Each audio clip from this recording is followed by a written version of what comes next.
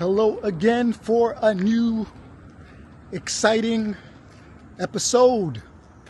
All right, so today we're going to discuss kids, biracial kids in the Japanese school system. How are they treated? Would you send your kid to a school in Japan? How are they going to come out? Well, I'm going to tell you. I've seen quite a bit. Recently, I've actually seen more biracial kids and actually full-blooded foreign kids in Japanese schools.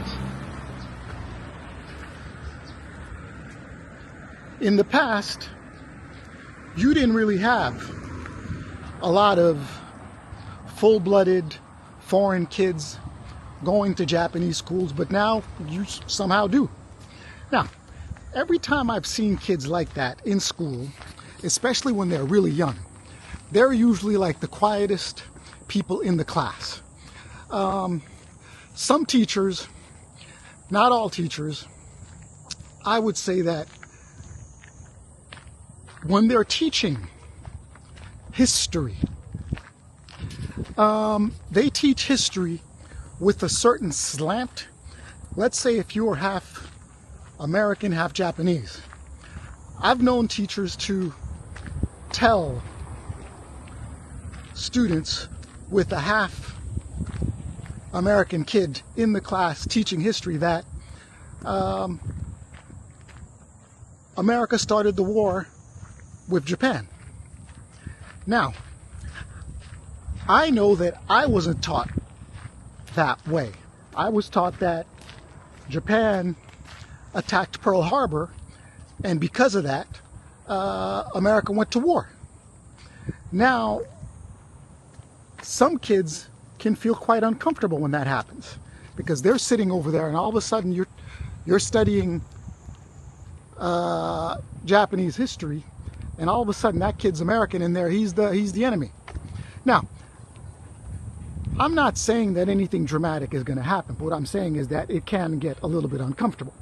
Also, you have a situation where there is bullying when it comes to Japanese kids being in the school system. For example, sometimes you have, I've seen it happen where Southeast Asians are in a classroom with Japanese people and they're raising their hands 10, 15 times and they never get called on. Again, it's kind of like hard to tell you that this happens all the time, but I've seen it happen a lot. I've seen kids tease biracial kids. A lot of times, biracial kids sometimes wear masks, like these surgical masks that people put on when they're a little sick. And you have some kids, I mean, I saw them like with a mask every single day. And I'm like, hold on a second, you've been wearing that mask for 3 months. And it's because they're kind of like, they don't want people looking at them. So they have certain anxieties about who they are and how people perceive them. So, it's a really difficult situation because, I mean, again, me as a foreigner, when I was teaching a class, I tried to pay attention to them. And you could usually tell which kid had both parents in the household or which kid did not. Usually the biracial kids that had a mother and father, like a Japanese mother, foreign father, they weren't as shy when they saw other foreigners. But on the other hand, biracial kids that only had one parent and like a local parent, they would try and avoid you because they didn't want to get more stigmatized than they thought they already were.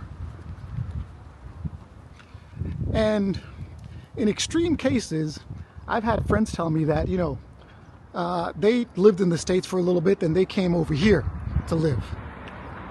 And when they came to Japan to live, all of a sudden their kids didn't want to walk in the street with them anymore.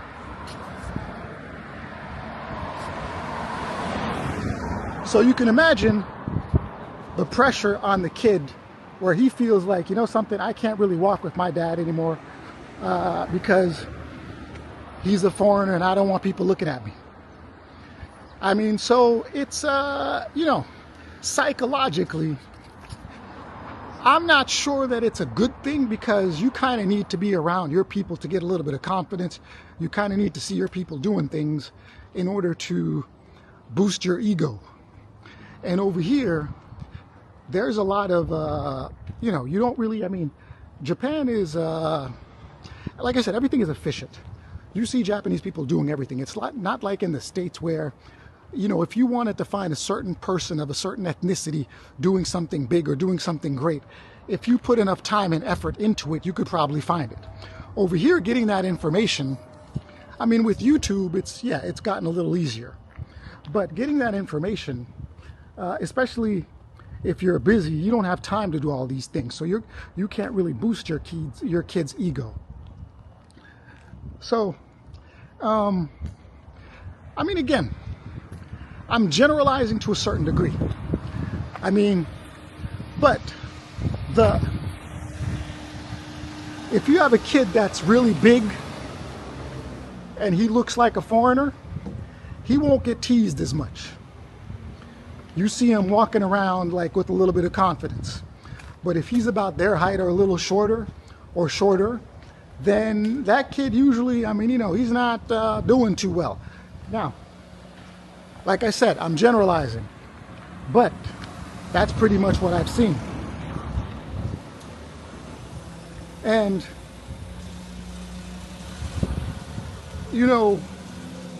international schools, I've had friends who sent their kids to international schools and pay like $10,000, $15,000 a year. And they weren't too satisfied with the school either, because what happens is when you send your kid to an international school, what happens? The Japanese schools are much better than the international schools. The international schools, if you're from England, it's a different test that you have to take than if you were in America, or if you were in Canada, or if you're in, India or whatever. So it's like they're trying to do something that really, it's like not really normal, because eventually, if you're going to the U.S., you got to study for the SATs. I don't know what it is in India or England or Germany or whatever that is. But so,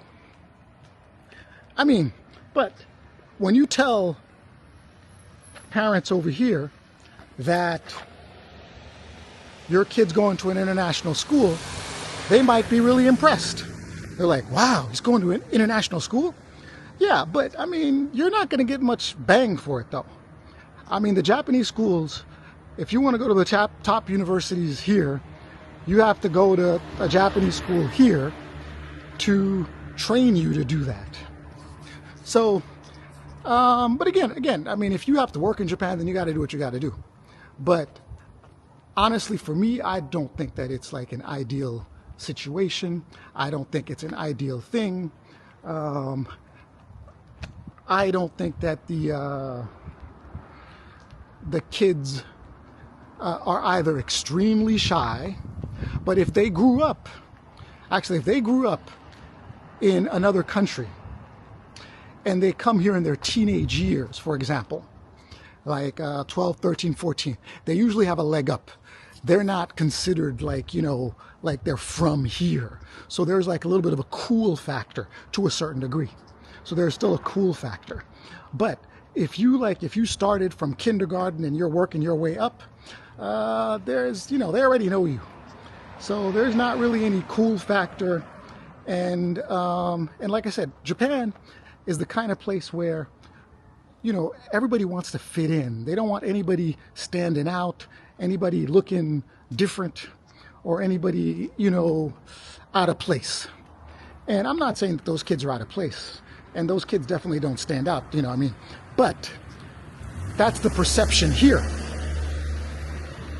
And because that's the perception here, you have a lot of kids who have situations.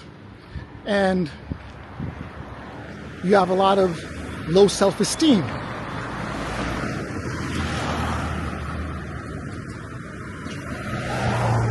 People who don't think that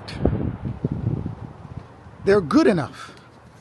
I mean, you know, one thing in Japan, the beauty standard here is not like what you're going to see out in the West or in America.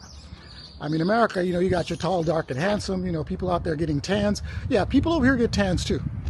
But officially, if you watch any kind of news program, okay, if you're watching any kind of news program,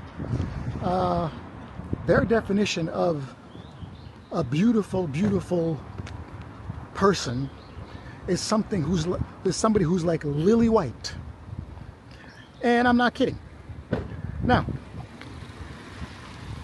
if you are of a darker complexion, you know, and you're constantly being told, oh my goodness, you know, beauty is like you have such wonderful white, beautiful skin, you know, and they say that, they do that. You're going to have an image problem after a while. And I've seen it happen. And they're not doing it to be rude. Well, you know, sometimes they are. But that's like, you know, you're supposed to be like, you know, like I said, in the West, it's tall, dark, and handsome. But over here, it's kind of like you have to be lily white. And it's kind of like, for some kids, they're looking at themselves like, man, I'm different. So, I mean, it's kind of like, you know, and then when they say that, you have somebody that sticks out if they're really not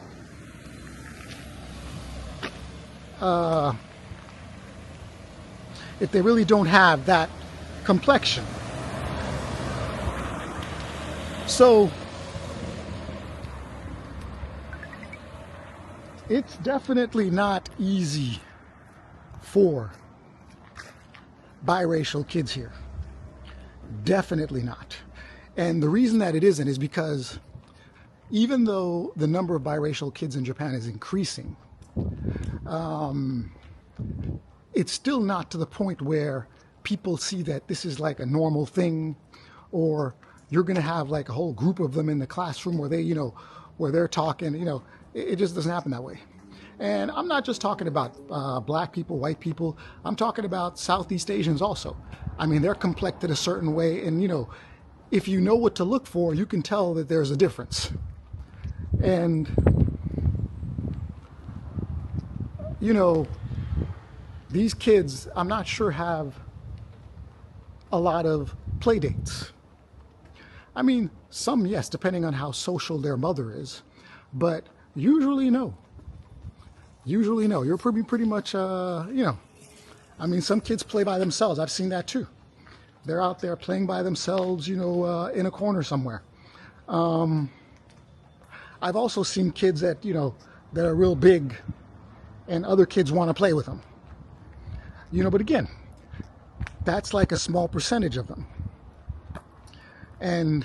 But, you know, the kids that have the best shot, or the kids that do the best in a Japanese school system, not academically, but in terms of like finding friends, because the kids think that they are cool, are the children that come here after spending a whole bunch of time overseas.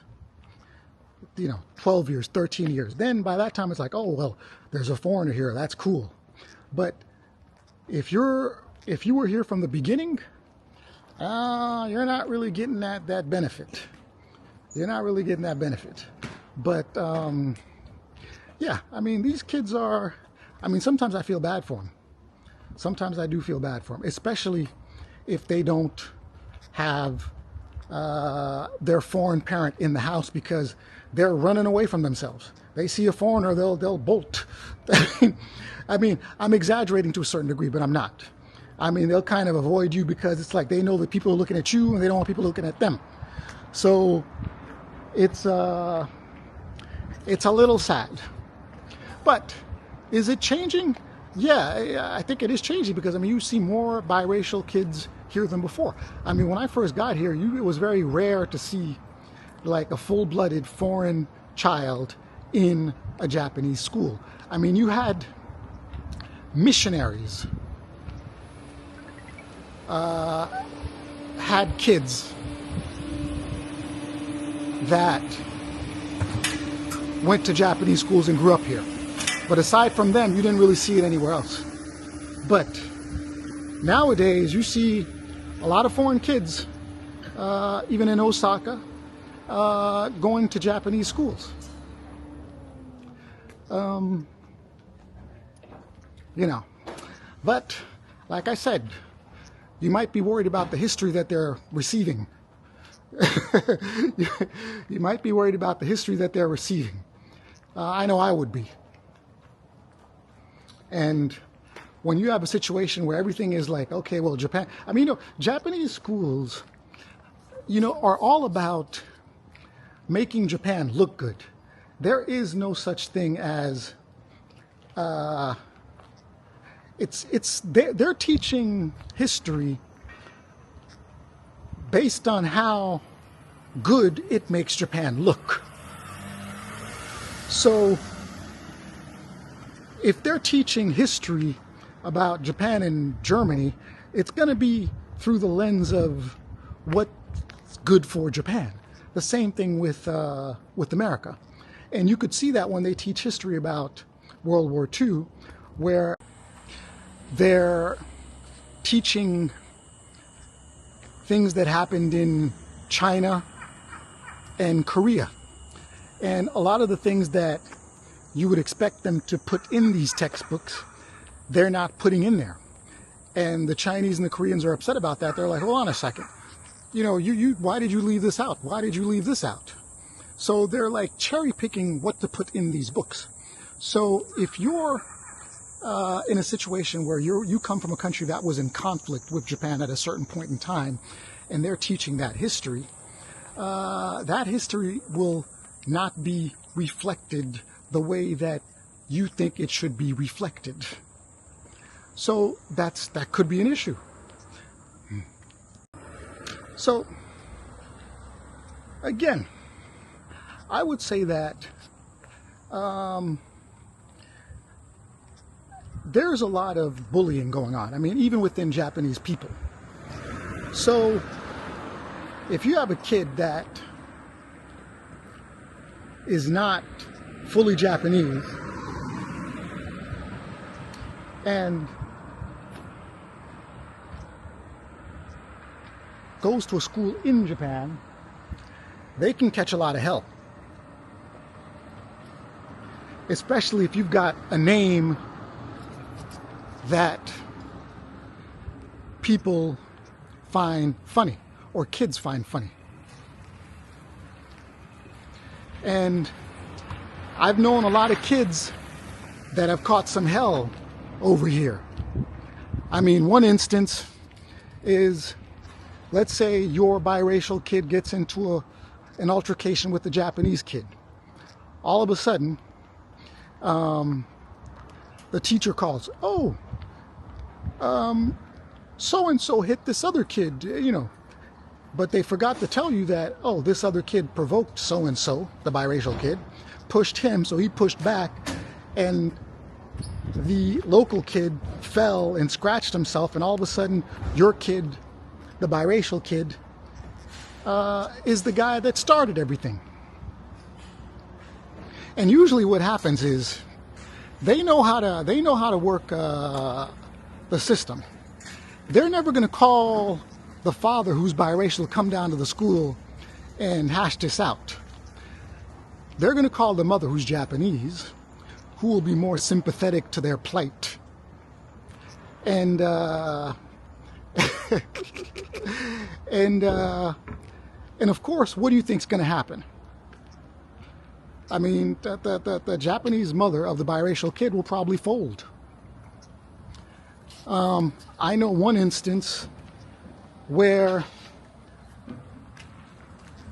this same type of incident happened, and the father went down and they were like, "Oh, where's the mother?" And like, no, you talk to me. What happened? And all of a sudden the other kid's mother was there, and then it was the Gaijin father that was there. And so they were like upset that the Japanese mother didn't go, because they know that if the Japanese mother had gone, they would have been able to convince her that her kid was wrong. And she probably would have been convinced of it until you talk to the kid and say, well, hey, he did this. And, you know, so you're kind of like, your kid is kind of like in a catch-22. I'm not saying all Japanese mothers will do that, but it wouldn't surprise me if they just toed the line. It really wouldn't surprise me. So I would say that if you must, then you must. Is it ideal? Not yet. Not yet. Can it improve in the future? Well, I guess with more foreigners coming over here, it definitely might. But another thing that I think a lot of people don't know is that foreigners over here, the Japanese have really figured this out. Because when you see foreigners getting visas, sometimes they get a visa at a certain location and they can't move from that location. So you're not going to have like an overwhelming number of foreigners in the Japanese area, which would even things out. Even in like the Korean areas, it's got a good mix. So, anyway, thank you very much for watching. Much appreciated. Chase the Traveler with a new episode. Do me a favor, please like and subscribe. Would much appreciate it. And of course, if you have any questions right now, I can answer them. And I like answering questions. So, see you again in the next episode. They come out every 2 days. Thank you. Bye-bye.